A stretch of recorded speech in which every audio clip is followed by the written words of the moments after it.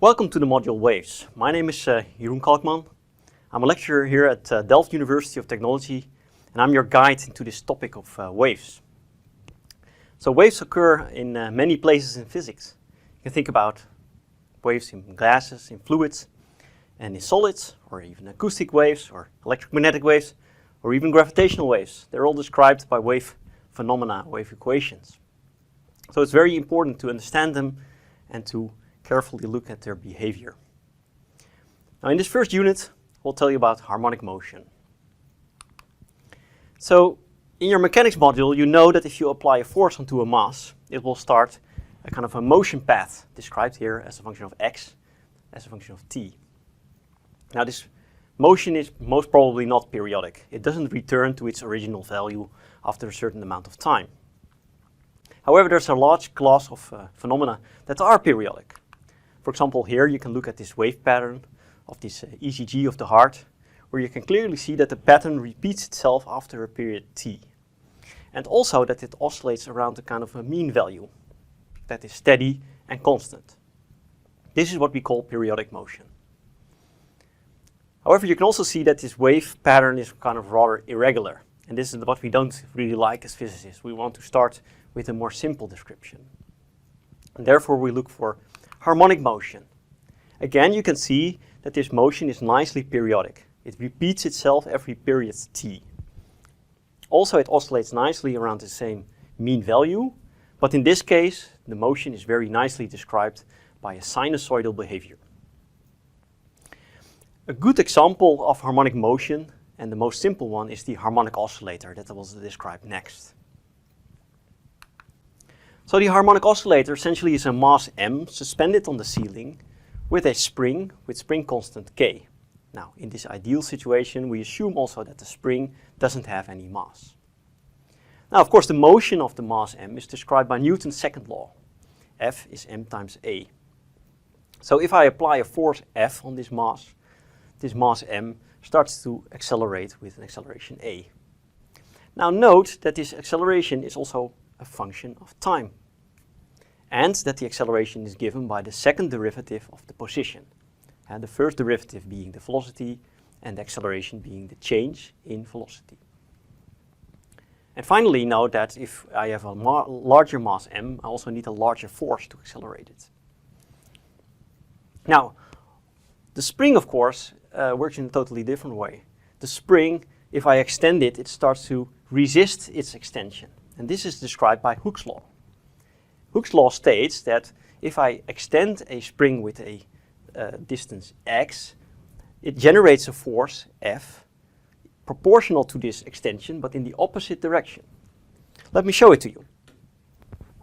So with this spring, it's nicely in equilibrium. If I apply a force with my hands, then the spring starts to exert a force in the opposite direction, counteracting my extension. And therefore, I cannot extend it much further. And the proportionality between the force and the extension is given by the spring constant. The spring I just showed you has a very small spring constant, therefore I can easily extend it. But for example, the springs in a sports car have a very high spring constant because they are very stiff and need to resist this large force. Also note that Hooke's law is an approximation. It only is valid for small x, for small extensions. Of course, when I extend it more and more, the spring starts to deform. And in the end, if I extend it more and more, it finally breaks. So therefore, Hooke's law is only valid for small extensions. Now, if we suspend this mass m onto this spring on the ceiling, what will happen? Of course, it will start to go down a little bit and then hang still. And this, it will find its equilibrium position. And the equilibrium position is given by the balance of forces.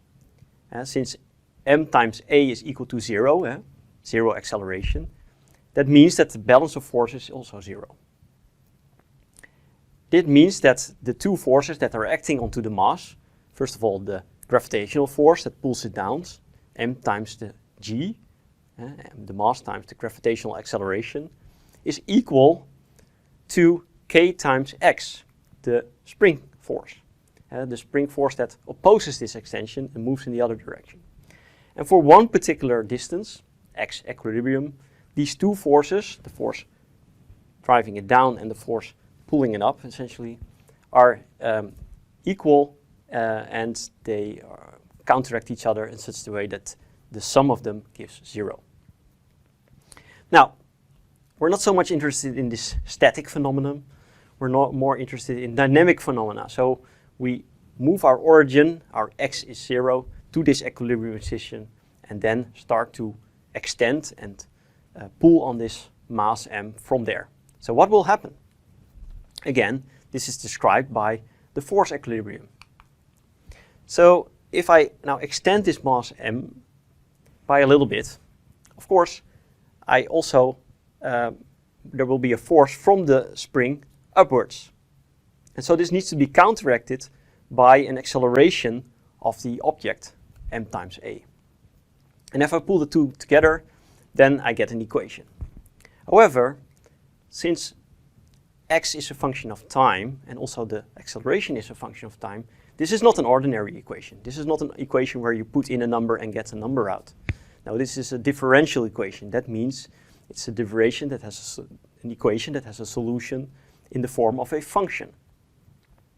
And I can find this function, for example, by attaching a pen towards this mass and then measuring it in time. Well, this is of course not an option here. So we can also mathematically solve this equation by clever thinking. Because what we need to find is a function that if I take the derivative of that function and I again take the derivative of that function, I get something like the same function back, only with a proportionality constant. So what is that kind of function? Well, if you cleverly think about it, then you will see that the sine function is a solution to this differential equation. And in fact, the most general solution to this differential equation is given here. It's called x of t is a, an amplitude, times the sine of 2 pi times the frequency f times the time. And we also can add a certain amount of phase difference phi. And of course, this solution is what we call harmonic solution.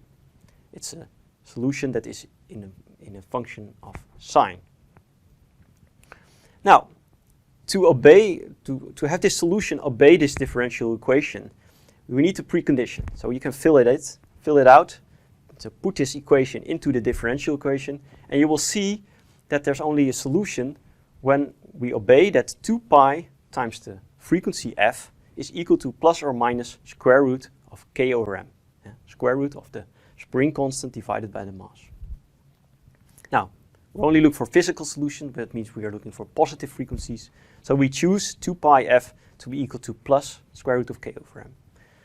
But the other two parameters, amplitude a and phase difference phi, we're still free to choose, depending on the boundary conditions. So let's look at a little bit more in detail to this sine solution. So the sine is a function that is periodic with 2 pi radians. So every time the argument x, in this case, increments by 2 pi, we get back to the same position. So 2 pi, 4 pi, 6 pi, etc. So if we now look at our harmonic function, which is a function of t, we see that this sine has an argument 2 pi f of t. Now that means that every time f, the product of f and t is equal to 1, 2, 3, etc., then we increment by one more period. Now, since the frequency f is also equal to 1 over capital T, the period, we can see that every time that t increments by one period, we get the same, back to the same position. Now, since as physicists we don't really like to write down every time 2 pi f, we also introduced what is called the angular frequency. This is a frequency in terms of radians per second. And finally, the phase is an additional phase to this argument of the sine that defines the starting point of the sinusoidal oscillation. Okay, now let's get back to the original solution and show you an example.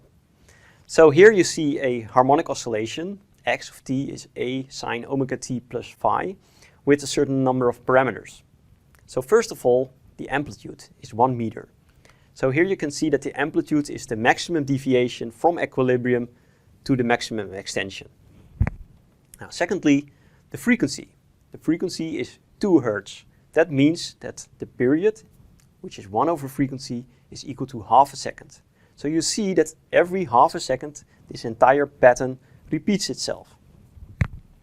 Finally, the phase is 0 radians. That means we get just an ordinary sine pattern, as you are well familiar with.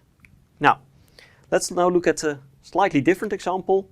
Almost all the parameters are the same, but we now introduce a phase difference of pi over 2. Now that means that at time equal to 0, the phase of the sine already has incremented by pi over 2. Now, since the total period is 2 pi, that means it has incremented by a quarter of a period. And essentially it has shifted already to the left by a quarter of a period. As you can see, that at time equals 0, we're already at the maximum of this sine function. So in summary, I've shown you that a wave is the phenomenon that a variable oscillates repeatedly about a stable equilibrium position.